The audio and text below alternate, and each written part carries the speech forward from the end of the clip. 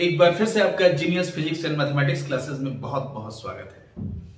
आज हम class 9th का जो थ्योरम हम कर रहे थे उसको हम आगे बढ़ाएंगे, है ना। हमने क्या क्या पढ़ रखा था थ्योरम्स में। तो पहला तो आपका एग्जाम था SAS, मैंने कहा था वो थ्योरम नहीं है। और सेकंड में हमने जो पढ़ा था वो था हमारा ASA, है ना, एंगल साइड एंगल।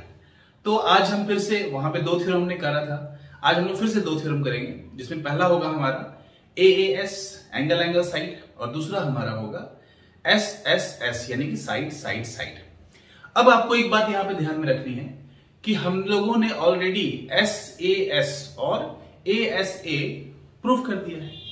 अब हम ये दो थ्योरम जब आगे वाली प्रूफ करेंगे तो हम ये दोनों में से भी किसी को यूज करके उसको प्रूफ कर सकते हैं। यानी कि ऐसे जरूरी नहीं है कि हम SAS को लेके ही प्रूफ करें, अब हम ASA को भी लेके प्रूफ कर सकते हैं, क्योंकि ऑलरेडी हमने ASA प्रूफ कर दिया था SAS की मदद से।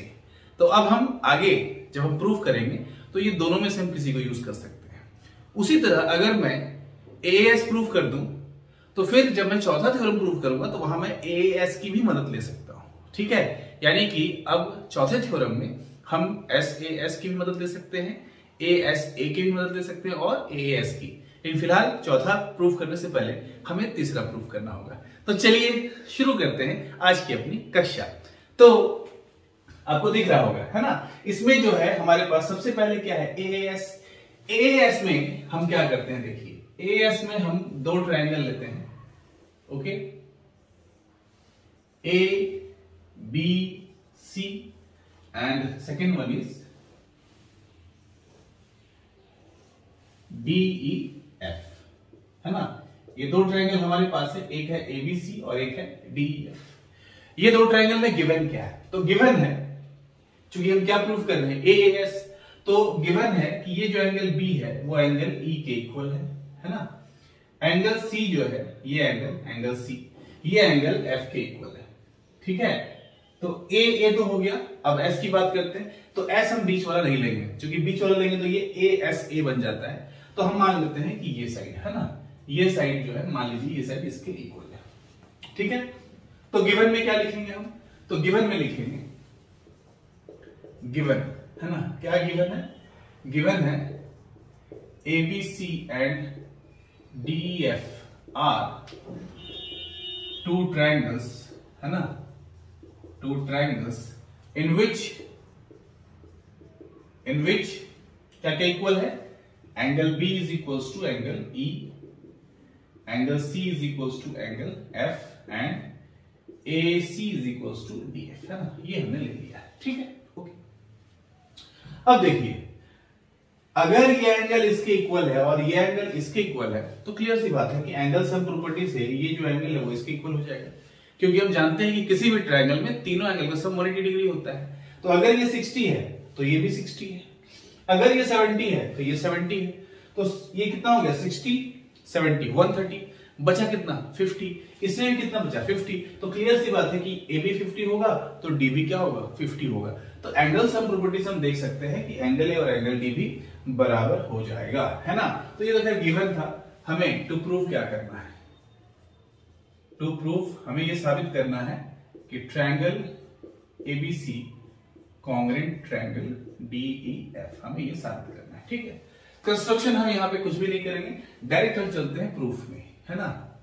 प्रूफ में देखिएगा, इन ट्रायंगल ABC, ठीक है, क्या हो जाएगा, angle A plus angle B plus angle C is equal to 180 degree. कहां से, एंगल सम प्रॉपर्टी, है ना, एंगल सम प्रॉपर्टी, ठीक है। तीनों एंगल का जो जोड़ होता है वो 180 डिग्री का होता है, ठीक है। इसी तरह इन ट्रायंगल DEF में क्या हो जाएगा, angle D plus angle E plus angle F is equal to 180 degree. Reason क्या है, तो आंसर है वही same reason, angle sum property. अब ये बताइए कि इसका सम भी 180 डिग्री और इसका सम भी 180 डिग्री है, इसका मतलब कि दोनों आपस में क्या हो जाएगा, बराबर। यानी कि angle A plus angle B plus angle C ये हो जाएगा किसके बराबर, angle D plus angle E plus angle F के बराबर हो जाएगा। क्लियर सी बात है। लेकिन आप देख सकते हैं B किसके इक्वल है, E के, और C किसके इक्वल है, F के। तो यहां पे अगर मैं चाहूं तो angle A plus angle B, B की जगह पे क्या लिख सकता हूं, एंगल E, और C की जगह पे क्या लिख सकता हूं, एंगल F, और इधर क्या है, angle D plus angle E plus angle F। तो angle E cancel, angle F भी कैंसिल, तो क्या बच जाता है, बच जाता है एंगल A जो है वो किसके बराबर आ गया, एंगल D के, है ना। क्या आ गया, angle A is equal to angle D। कहने का मतलब है कि ये जो एंगल है ये वाला, है ना, ये किसके इक्वल हो जाएगा, इसके, एंगल D के इक्वल हो जाएगा, है ना। और अगर एंगल D के इक्वल एंगल A हो जाता है तो फिर आप देखिए बड़ा इजी हो जाता है। ये एंगल इसके बराबर है, ये एंगल इसके बराबर है, और ये साइड इसके बराबर है, तो एंगल साइड एंगल से हम इसको आराम से क्या कर दिया, हमने इसको कॉन्ग्रुएंट कर दिया। तो ये बहुत ही इजी थ्योरम है, ये आराम से समझ में भी आता है और बहुत ही इजी है, आप इसको आराम से कर सकते हैं। तो इसके बाद हम क्या लिखेंगे, तो इसके बाद हम लिखेंगे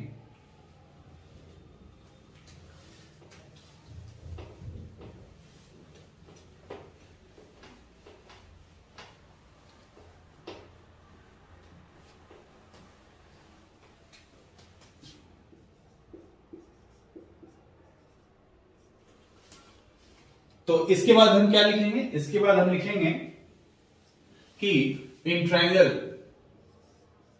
ABC एंड ट्रायंगल DEF क्या हो जाएगा, एंगल A किसके इक्वल हो गया, एंगल D के, है ना। एंगल A एंगल D के इक्वल हो गया, ये क्या हुआ, हमने प्रूव किया है ना, ये प्रूव्ड है, ये हमने ऑलरेडी प्रूव किया है। अच्छा, AC किसके इक्वल हो गया, DF के, है ना। कैसे, ये तो गिवन है। एंड एंगल C किसके इक्वल है, एंगल F के, ये भी ऑलरेडी आपके पास गिवन था, है ना, ये हमने प्रूव किया, और ये दोनों क्या था, ये दोनों गिवन था। तो angle side angle,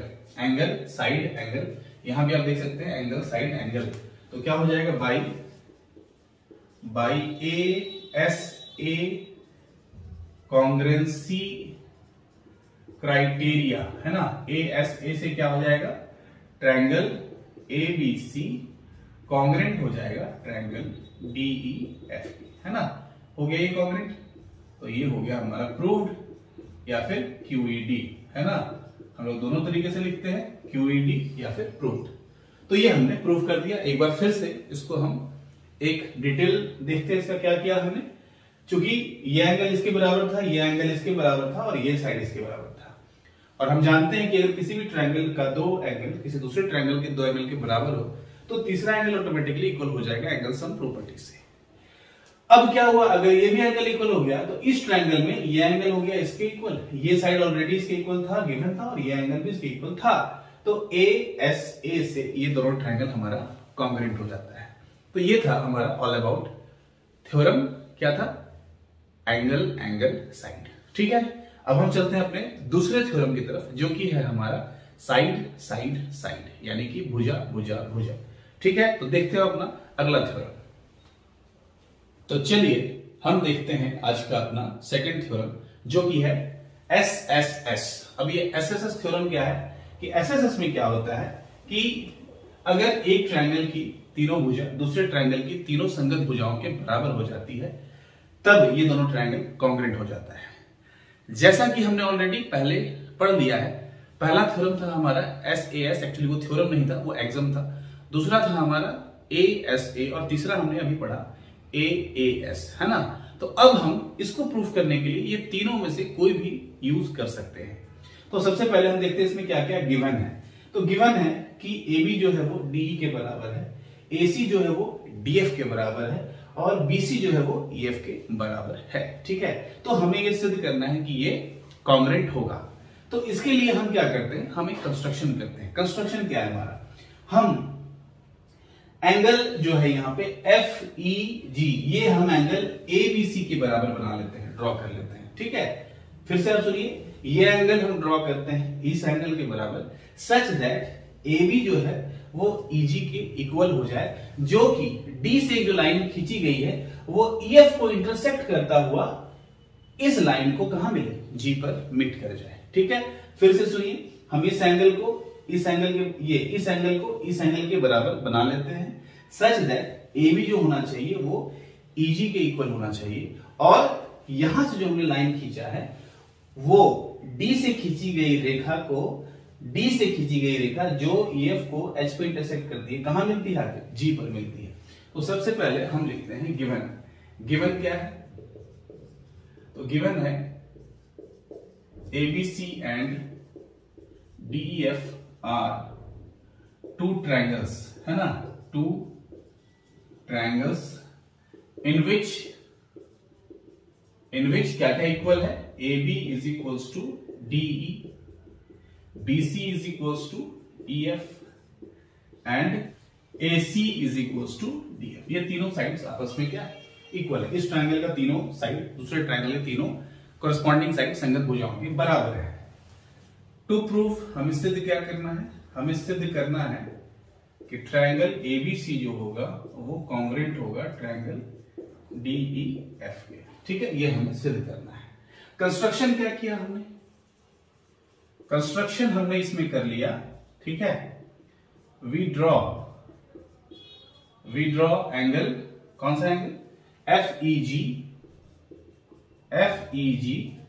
is equal to angle कौन सा? ABC के बराबर हमने क्या बनाया? FEG, such that EG is equal to AB and the line drawn through point E meets the line drawn through point D at G, ठीक है। also line drawn through point D intersect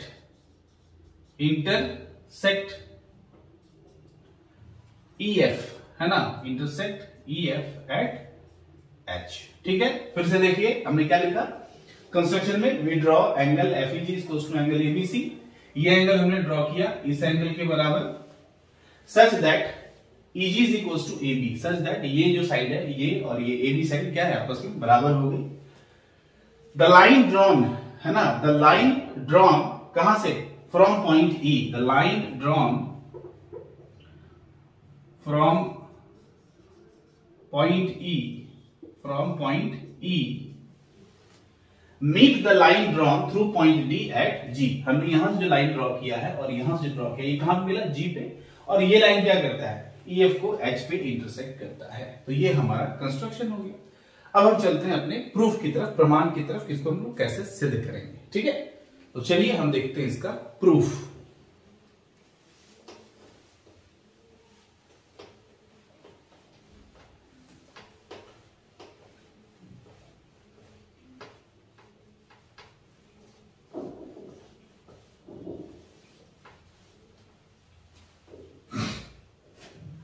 तो proof क्या है इसका? Proof में आप देखिए, है ना, तो चलिए हम इसका प्रूफ देखते हैं। ठीक है, प्रूफ में देखिए, पहले हम लेंगे in triangle ABC and triangle, नीचे का ट्रायंगल कौन सा है? GEF।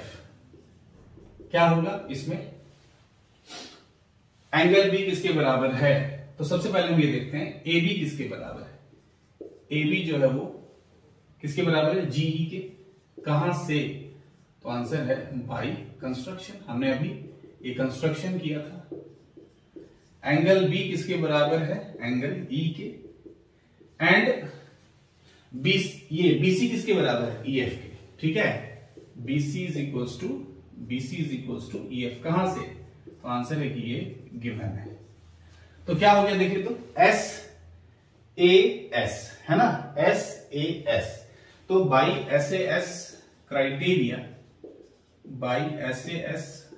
क्राइटेरिया क्या हो जाएगा? दोनों triangle ABC congruent triangle GEF। ये दोनों ट्रायंगल क्या हो जाएगा? कॉन्ग्रुएंट हो जाएगा।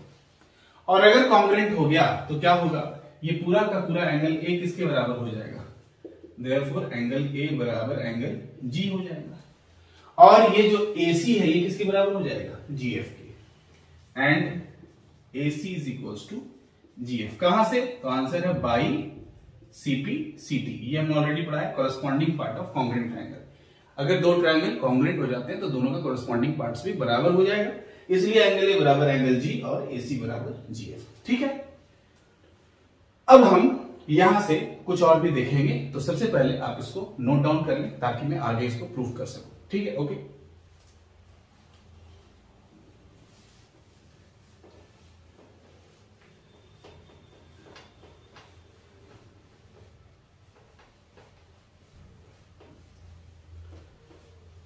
अब देखिए यहां पे आगे हम चलते हैं।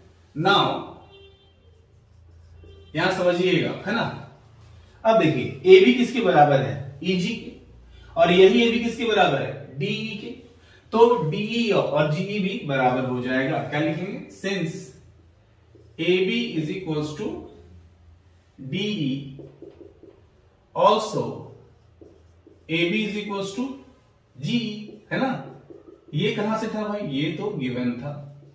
ये कहां से था? तो ये कंस्ट्रक्शन था हमारा। ठीक है, तो AB ही किसके बराबर है? AB ही बराबर है DE के, और AB ही बराबर है GE के। इसका मतलब DE और GE ये भी दोनों आपस में बराबर हो जाएगा। और अगर DE और GE ये भी दोनों आपस में बराबर हो जाएगा तो ये जो एंगल है ये इसके इक्वल हो जाएगा। हम मान लेते हैं ये एंगल 1, ये है एंगल 2, ये एंगल 3 और ये एंगल 4, है ना। तो एंगल 1 और 3 क्या होगा? इक्वल हो जाएगा। क्यों? क्योंकि अगर ये दोनों साइड आपस में बराबर है तो हमने पढ़ा है angles opposite to equal sides are also equal, तो एंगल 1 और 3 भी इक्वल हो जाएगा। Therefore angle 1 is equals to angle 3। कहां से? तो क्या लिखेंगे? Angles opposite to equal sides, है ना, equal sides are also equal. ये हमने ऑलरेडी 9th में पढ़ा है पहले। ओके, तो एंगल 1 किसके इक्वल हो गया? एंगल 3 के। सिमिलरली हम प्रूव कर सकते हैं कि एंगल 2 होगा 4 के। कैसे? तो AC जो है वो DF के बराबर है, और AC किसके बराबर हमने किया अभी? GF by CP CT। तो अगर DF और GF बराबर है तो एंगल 2 और एंगल 4 भी आपस में बराबर हो जाएगा। तो हम क्या लिखेंगे? सिमिलरली हम क्या कर सकते हैं? Angle 2 is equal to angle 4। अब इसको अगर मान लें इक्वेशन नंबर 2, और ये पहला वाला जो था इसको इक्वेशन 1 बोल दें, और अगर हम दोनों को जोड़ दें, एडिंग इक्वेशन 1 एंड 2, है ना, एडिंग इक्वेशन 1 एंड 2, तो क्या हो जाएगा? 1 plus 2, angle 1 plus angle 2 is equal to angle 3 plus angle 4। ठीक है, अब 1 प्लस 2 करेंगे तो देखिए 1 प्लस 2 क्या मिल जाएगा? एंगल D, और 3 प्लस 4 करेंगे तो क्या मिल जाएगा? Angle G। Therefore angle D is equal to angle G। Clear है बिल्कुल। लेकिन हमने अभी ये सिद्ध किया था कि एंगल A जो है वो एंगल G के बराबर है। अभी हमने ऊपर में प्रूव किया, आप चाहे तो पीछे जाकर देख सकते हैं कि एंगल A किसके बराबर था? एंगल G के बराबर। तो since angle A is equal to angle G, कहां से आया भाई? तो ये हमने ऑलरेडी प्रूव कर दिया, तो ये प्रूव्ड है पहले से। तो एंगल A ही इक्वल है एंगल G के, और एंगल G किसके इक्वल है? एंगल D के। तो मैं बोल सकता हूं कि एंगल A और एंगल D भी आपस में इक्वल हो जाएगा। Therefore angle A is equal to angle D। होगा कि नहीं होगा? क्यों होगा? क्योंकि A भी G के बराबर है और D भी G के बराबर है। तो अगर मेरा ये दोनों का RHS अगर बराबर है तो LHS भी बराबर हो जाएगा, यानी angle A is equal to angle D हो जाएगा। क्लियर है बिल्कुल। अब देखिए, अब इसको आप आराम से सॉल्व कर सकते हैं। कैसे? तो चलिए हम देखते हैं।